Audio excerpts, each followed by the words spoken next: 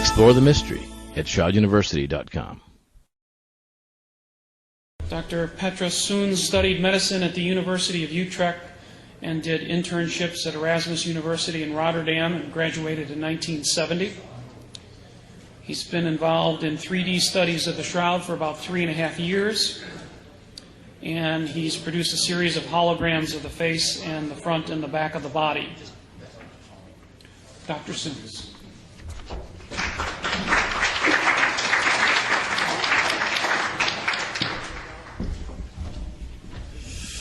Good afternoon. First of all, you have got some glasses. If you use them, the 3D glasses, the red one is for the left eye and the blue one is for the right eye. Just so we can hear you. Okay, You don't that's have to lean better. into it, just talk more.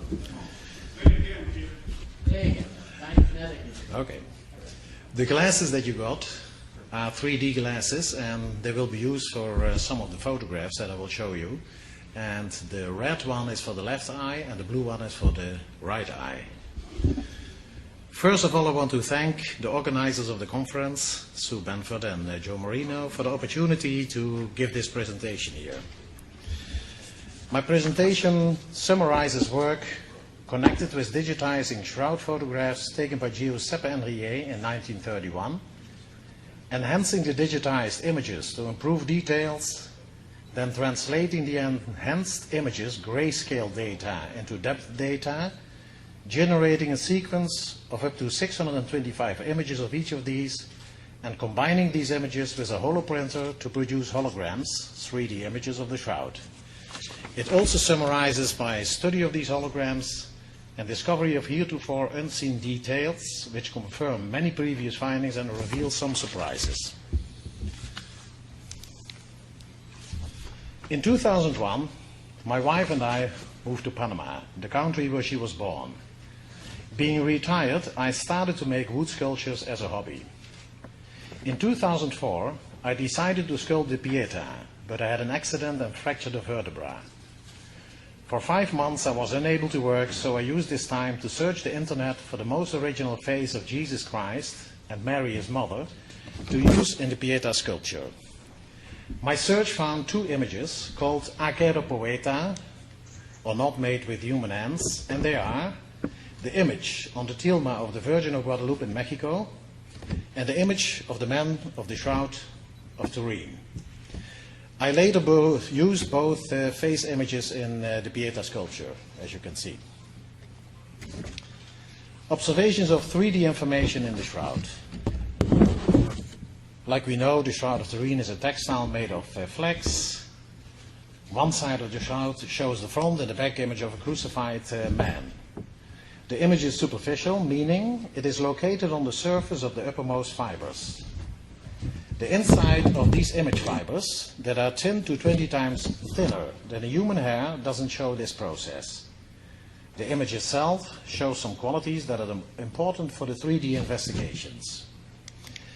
The image displays the light and dark characteristics that you normally observe in a photographic negative, and that was discovered in 1898 when Secondo Pia made the first photographs of the shroud. After developing his negative glass plates, he found to his surprise that they showed a positive image of the man on the shroud. Studying the image in the early part of the last century, Professor Paul Vignon made the observation that the image on the shroud varied inversely with the close to body distance, which means that the parts of the body that were close to the cloth were imaged darker than the parts that were further away. The density of the image is proportional to the distance between the body and the cloth, and is caused by the fact that more fibers per unit area are discolored. This translates to 3D information encoding of the image in the grayscale of the photographs. Dr. Jackson and Jumper confirmed the 3D information in 1976, and later work done by Professor Tamborelli from the University of Turin confirmed this also. Dr. Jackson and Jumper used a densitometer to extract the grayscale information, and then, with the help of the VP8 image analyzer from Mr. Schumacher, translated this information into vertical relief, which resulted in the first 3-dimensional photos of the shroud image. they were able to conclude that Vignon's theory was correct. The work of Professor Tamburelli confirmed this also. It is important to note that if you use any regular photograph in this process, the result will be distortion and flattening of any three-dimensional features, because there is no photograph that contains the 3D information that we find in the image on the shroud. For the 3D work, what is important, we have to understand what is a grayscale. A densitometer measures the differences in density in a photograph. In a black and white photograph, black areas are dense with information and white areas are void of information. Look at the right side, the original image of the man on the shroud. The in-between areas are many shades of gray, from almost white to almost black. You can assign a different number or value to each shade of gray. For example, on a scale of 1 to 10, where 1 represents black and 10 white. All numbers between 1 and 10 represent various shades of gray. This is a grayscale or gray map, where different numbers represent different densities. Subsequently, these numbers are translated mathematically into vertical height on the z-axis. Holographic observations. I was familiar with the 3D concept because I founded and for many years worked in an ultrasound center in Curaçao.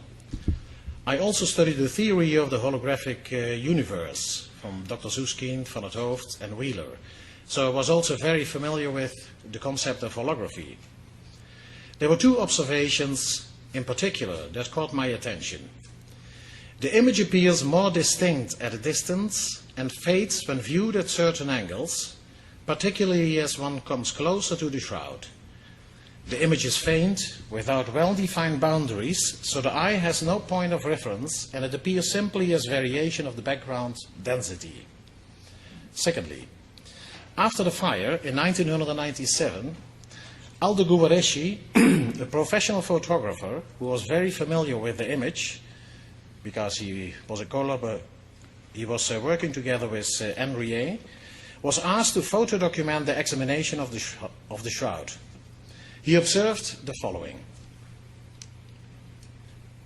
This is the moment that after the fire the shroud was examined.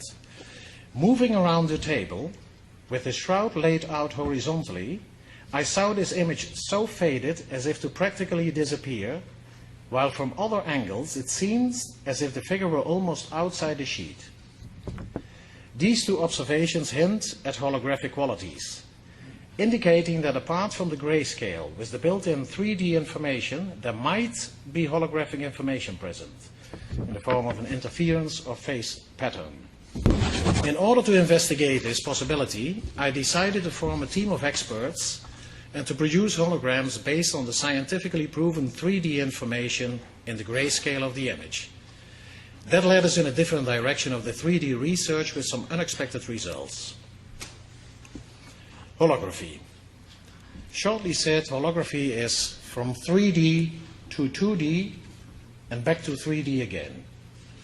A hologram is a light wave interference pattern of a 3D image recorded on a special photographic film, flat, 2D, that, when illuminated properly, can reproduce the three-dimensional image. First of all, we have to know and understand what interference is. Interference means a mixing of two waves, as for example, when we throw two stones simultaneously into water, the two resulting wave patterns will meet and intermix. We call this intermixing interference. The waves can be any waves, for example, water waves, sound waves, or light waves. To produce a hologram, light waves, lasers, are being used to create the interference pattern. This is another example of a master hologram that could be an apple or whatever. This is information of a 3D object. Why do we use lasers to produce holograms? A laser beam consists of photons of the same size, all moving in the same direction. The wave packets are aligned together and all of the same frequency. This is known as coherent light and has the ability to contain intelligent information. And this info wave has a precise mathematical form.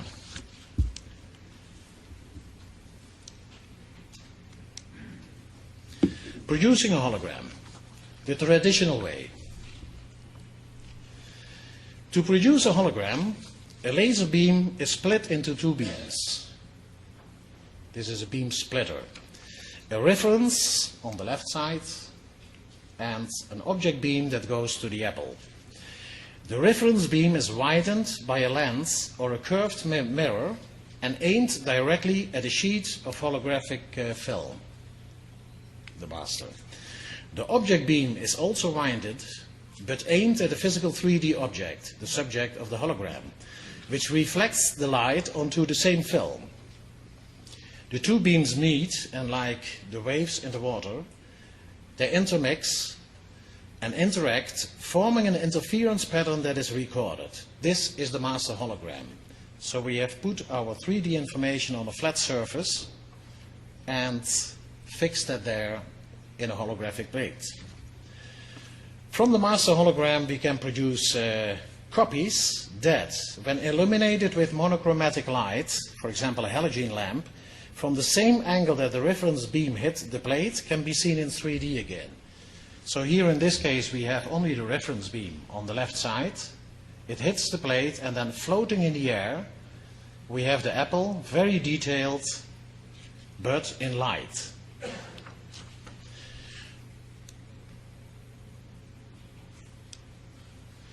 The light beam, the reference beam, is a reversed reference beam that produces a real image of the 3D object. Another way of doing this, because the master holograms are of glass, so it's very difficult to transport them without breaking them, so you make copies, and that is done basically in the same way as you have the apple floating in the air. So the information goes from the master to a special photographic plate, and that you can produce in many different sizes. An important thing of the master hologram is that a hologram in general contains information about the whole image. If you break a hologram in multiple pieces, you have multiple holograms, each containing information about the whole image.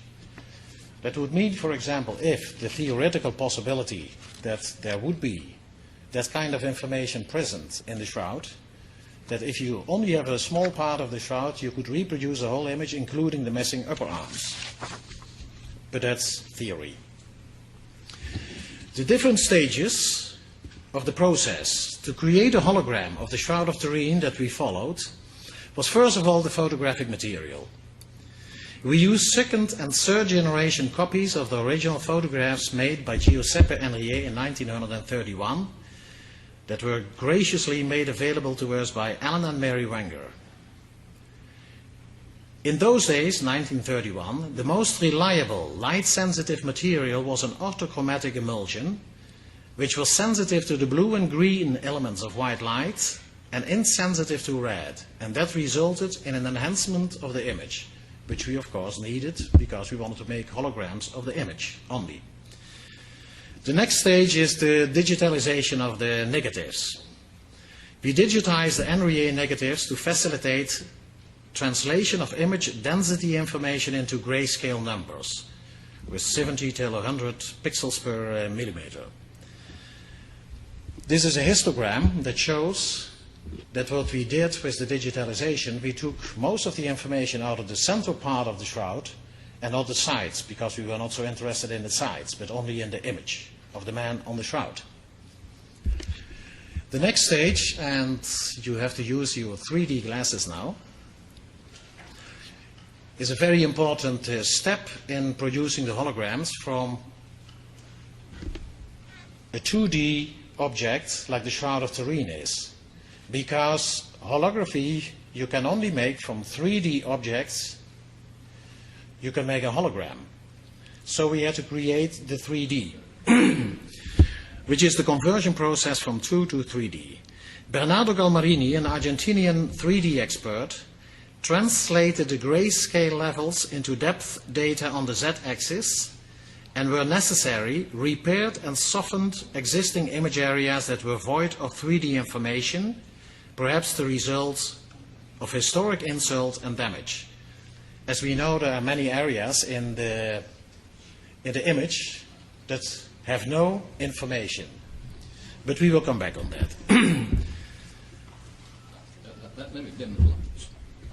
Oh, okay, dim the light. Forgot to do it. Here we go. Here we go. Okay. Very good. In this process, Bernardo used a virtual camera moving along a horizontal path over the 3D model from center to leftmost and rightmost and interpolated all other images. The result is a 3D image that contains all existing distance information recorded in the grayscale.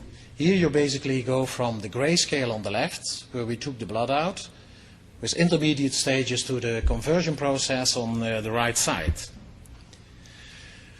Basically what you do is, if you would have the values from 1 to 10, you take layers 9, 8, 7, 6, and so on, because you know that that number exists in a plane in the grayscale information, and then later on you have to interpolate that till the complete image again. The next stage was, you can take your glasses off, the next stage is the creating of the master hologram using a computer-generated object beam. The Dutch Holographic Laboratory in Holland had developed a very special holoprinter, the DFCH holoprinter, and they employed an LCOS chip which has a resolution of 1920 by 1080 pixels, like high-definition television, to create a computer-generated master hologram from the sequence of the 625 images. So basically, instead of the apple, you have now the computer there that contains all the 3D information that is in the image of the shroud, that you feed to the laser, and like we said, the laser can contain lots of information and have a mathematical form, and you can feed that as an object beam again to the master holographic plate, and the other one, the reference beam, they will interact again, and you will have all the information on the master. Once you have produced the master hologram, you can make copies. Now we have to use the glasses again. Observations in the holograms. The holograms provide a great opportunity to view the image on the shroud in 3D. These observations confirmed many of the previous findings and reveal some new findings. Let us begin with observations on the dorsal image, then the frontal image, and finally the facial image. Observations in the 3D dorsal image. The upper part of the head fades out, indicating that the head is bent forward. The hair falls down along the neck and the back and looks like wet. It appears rope-like in the middle, similar to a ponytail as mentioned in the literature. The buttocks do not look flattened, but rather tensed, as in rigor mortis. An important observation is also that the images of the flagellation wounds follow the curved surfaces of the buttocks. This is something that an artist cannot produce, of course. If you would do that in 2D, you would have straight lines sticking out on the side and not following the curves of the buttocks. The legs in the dorsal image look quite confusing. The upper part of the anatomical right leg contains very little 3D data, and the left leg contains areas void of any 3D data that, after conversion from 2D to 3D, show up as holes. Everything that has no information is the original shroud. So if you draw out the three-dimensional figure, the original shroud stays behind. Like you can see here. This should move, but it doesn't move. Is there something we can do, Barry? What's This is a little movie. that's a movie? Yeah, Is there? It should play. it doesn't. Not playing, huh? Not playing.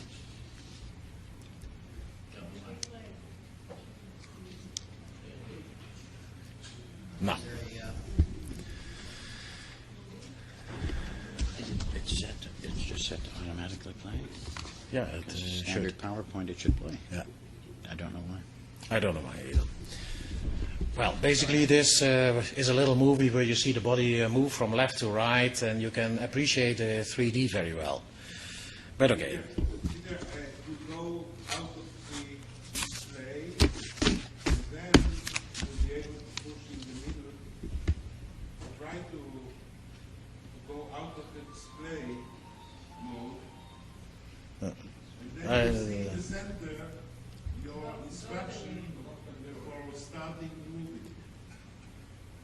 I don't know how to do that. If it's set to autoplay, which you just press, Escape. If you try to escape. it's going to take them back to the beginning.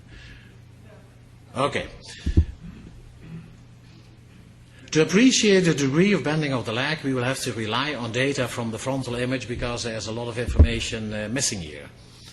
The anatomical right foot is clearly visible, the sole of the foot, as is the tip of the left foot that seems to be crossed over the right foot.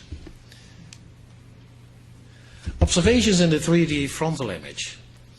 In the depth map, the chest appears inclined in an upward position with respect to the pelvis area, as if inclined towards the viewer.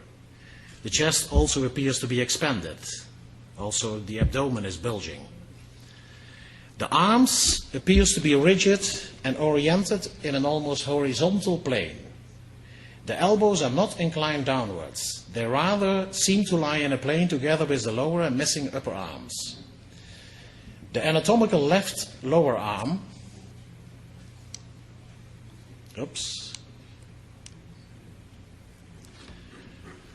shows the elbow higher than the left hand, which is crossed over the right hand in a natural bending.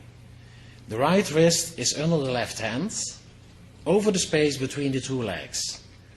And the right hand angles upwards, following the curvature of the upper left leg, here, with the fingers bent downward along the left leg curvature. The left hand is bent at the wrist and fingers in a downward position. We can better appreciate the position of the legs in this frontal view. Both legs are bent, with the anatomical left leg bent a little more than the right leg and partly covering it. This one here. The anatomical left foot crosses over the right foot in the form of an X, and the tips of the toes of the left foot are visible. That's why you can identify it. To see the position of the feet was extremely difficult, and we needed a lot of additional photographs before we really found out how the position was exactly. There's a lot of digital noise in that area. Well, this was supposed to be a nice movie too, but okay, it is not moving. To show difficulties in the interpretation of these 3D images, I refer to a rope-like 3D shape crossing the left hand and an unknown little 3D object on the fingers of this hand. The question what it is remains open.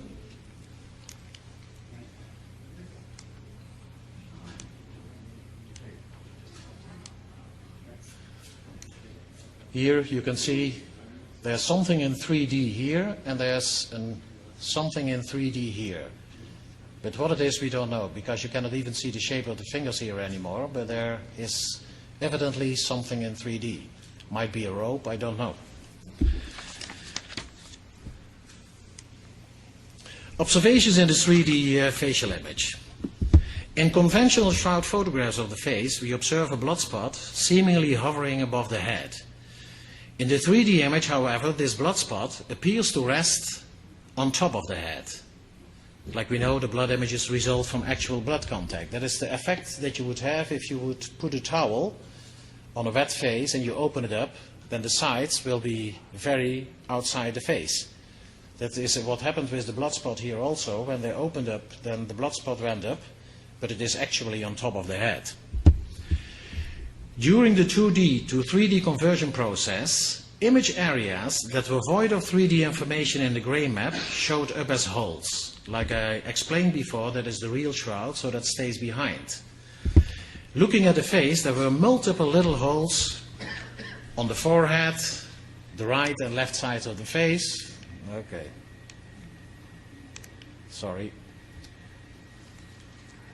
All these areas, here, here, here, here, here, the side of the face here, on this spot, in the beard,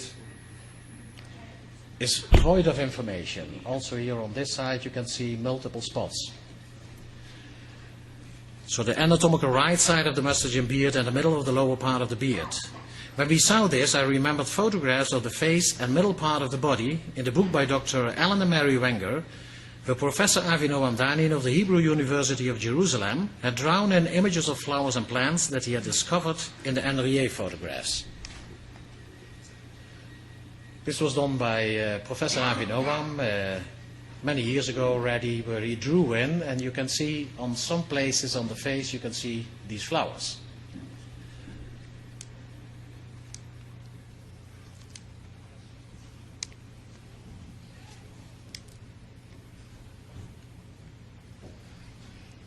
Here you see the same drawing in of Professor Avi Noam around the hands, the two arms and the hands, where in the body we also find imageless areas. In November 2007, we teamed up with Professor Danin, and he did follow-up studies on this, and he will tell you about his results later on. The part of the beard in the middle, where everybody thinks that it had been ripped out, in the holograms you can see that that missing part is only very superficial, and that the whole beard is completely intact. If you look later at the photographs, you will see that. So Professor Danin had a solution for that too, and it contradicts basically the fact that part of the beard was ripped out. Observations in the 3D frontal and dorsal view of the body image are like two bas-reliefs. When you join them together, however, you find that a layer of about 12 centimeters is missing from the middle of the body. This coincides with similar measurements of the distance between the frontal and dorsal head images. If you measure the distance on the shroud of the top of the head, frontal and dorsal, that's about the same part that is missing. So when it was folded over the head, whatever happened with the middle part of the body, that is also seen in the space between the top of the two heads. Under the beard, in the area of the neck, we found an oval-shaped object of about 11.5 by 5 centimeters, showing on the surface in relief what appears to be 3 Hebrew or Aramaic letters. The letters used in both alphabets are similar. Pursuant to this finding, we did 2 follow-up studies.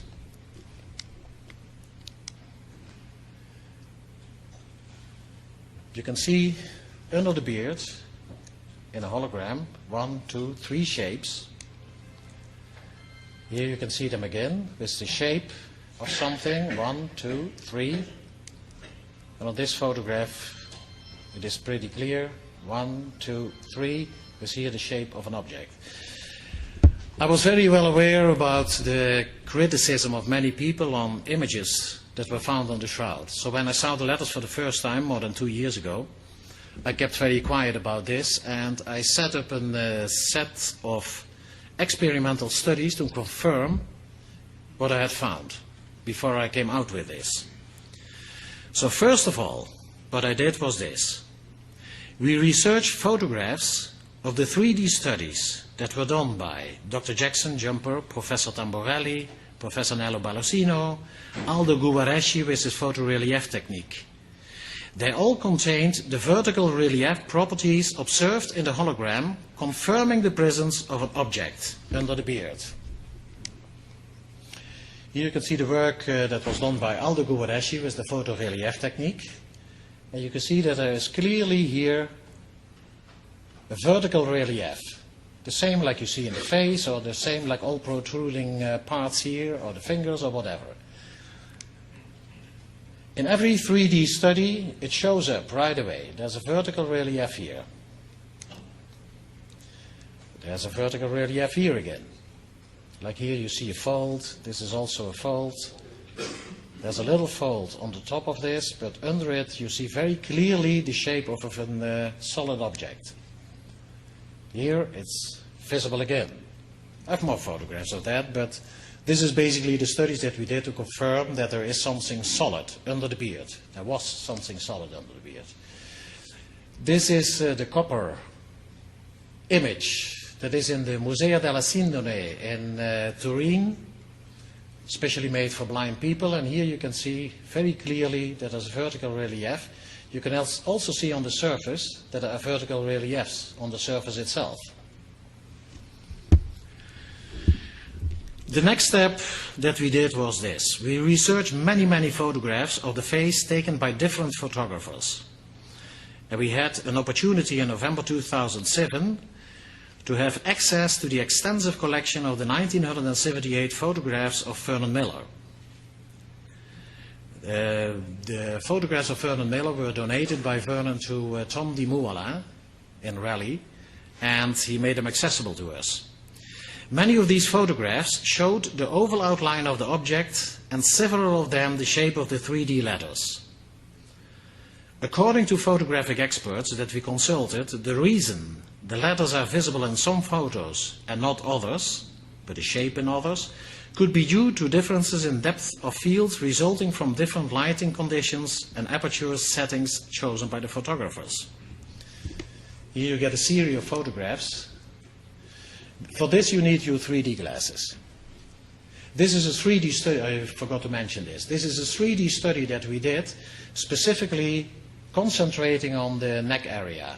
So don't look at the rest of the face, but you can see really like floating in the air, something 3D with 1, 2, 3 letters. Now you can take off your glasses again. I have a sequence of photographs where you can see that there is grayscale information here. Here again, there's always the grayscale information here. Even on very vague photographs, Gian Durante, there is grayscale information. Here again, there's the grayscale information here under the beard. The 3 letters were identified. What I did was I made, being a sculptor of course, I made an example of what maybe what is. And looking at the 3D studies, you can see that there's something in relief on top. So the letters are seemingly in relief like this. The 3 letters were identified, reading from right to left, as one does in Hebrew or Aramaic, as Ayin, Aleph, and Nun. Now, calligraphy used to be my hobby. And as the letters of these alphabets are written in calligraphic form, in the past I used them many times to exercise my calligraphic skills. So I was very familiar with the shape of the letters. That's why I recognized these letters, because normally if you don't know the alphabet you wouldn't even recognize it. However, I do not read Hebrew or Aramaic, so in October of last year, being in Jerusalem, I consulted experts in Old Hebrew and Aramaic. They showed me the 2 most consulted Hebrew and Aramaic dictionaries, a comprehensive etymological dictionary of the Hebrew language for readers of English by Ernest Klein, and a dictionary of the Targum, the Talmud Babli, and Yerushalmi, and the Midrashic literature by Marcus Yastrov. And there it says in Hebrew, small cattle, sheep. In the other one, small cattle, sheep or goats. In Aramaic, this word is pronounced as an and means the lamb. An example of that is, for example, in the translation from Hebrew to Aramaic of Psalm 119, verse 176. Ibn Ezra, famous translator, translate this word as an, meaning the lamb. This is research being done by Bishop Jacob Barclay. So the Aramaic word Ayin Aleph Nun means the lamb. Now, here we have the Shroud of Turin with the image of a crucified man who according to tradition was Jesus Christ, and under the beard an object upon whose surface is written in Aramaic the word the lamb. And here you have basically the end of the scientific part, and now you come to explain this, you come in theology. Now, according to me, it's like the Shema, like Shema Israel, Adonai Eloheinu, Adonai Echad. Hear Israel, the Lord your God and God, they are one. The immanent and the transcendent, they are one. The material world and the spiritual world, they are 2 sides of the same coin. One can explain, the other one can explain the meaning. So here you have, with science, you find a solid object, you find 3 letters, you know it means the lamb, But what does the lamb mean in this context? Well, we come here on the terrain of theology, and as I am not a theologian, I consulted the experts again. So what they told was this: in the Gospels is mentioned that Jesus Christ approaches the river Jordan where John the Baptist was teaching and baptizing people. When John sees Jesus, he tells the people, "Behold, there comes the Lamb of God that takes away the sins of this world." During the Catholic Eucharist, when the priest shows the bread, he says, "This is the body of Jesus Christ, the Lamb of God that takes away the sins of this world." In the book of the Apocalypse by John, the word lamb is mentioned 28 times and always means Jesus Christ. During the Last Supper, where according to the Jewish tradition of the Pesach meal, wine, bread and lamb should have been present, the Gospels only mention bread and wine. The reason is that Jesus Christ himself is the lamb and is going to be sacrificed the next day. That was obviously very clear to the authors of the Gospels. I believe, personally, that this finding on the image of the Shroud of Turin is important. An oval-shaped object under the beard of the man on the shroud, containing 3 letters that form the word Am, which is Aramaic, and which means the lamb. And the connection between the lamb and Jesus Christ is obvious.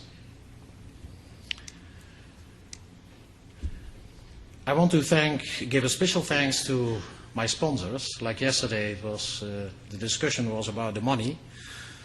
And in the past, I have been organizing big events, so I'm very specialized also in looking for sponsors, luckily enough. Tony and Laurie Michares, Michel and Donnie Soons, Rob van der Voort, and David Strookman. I also want to thank the help that I got in Turin from the authorities, especially Don Giuseppe Giberti, and of the Legionnaires of Christ with Father Guerra. Thanks also to Alan and Mary Wenger that provided the negatives, Tom Di Mouala, who was a great help in all this, and I want again to thank Sue and Joe Marino. Thank you very much.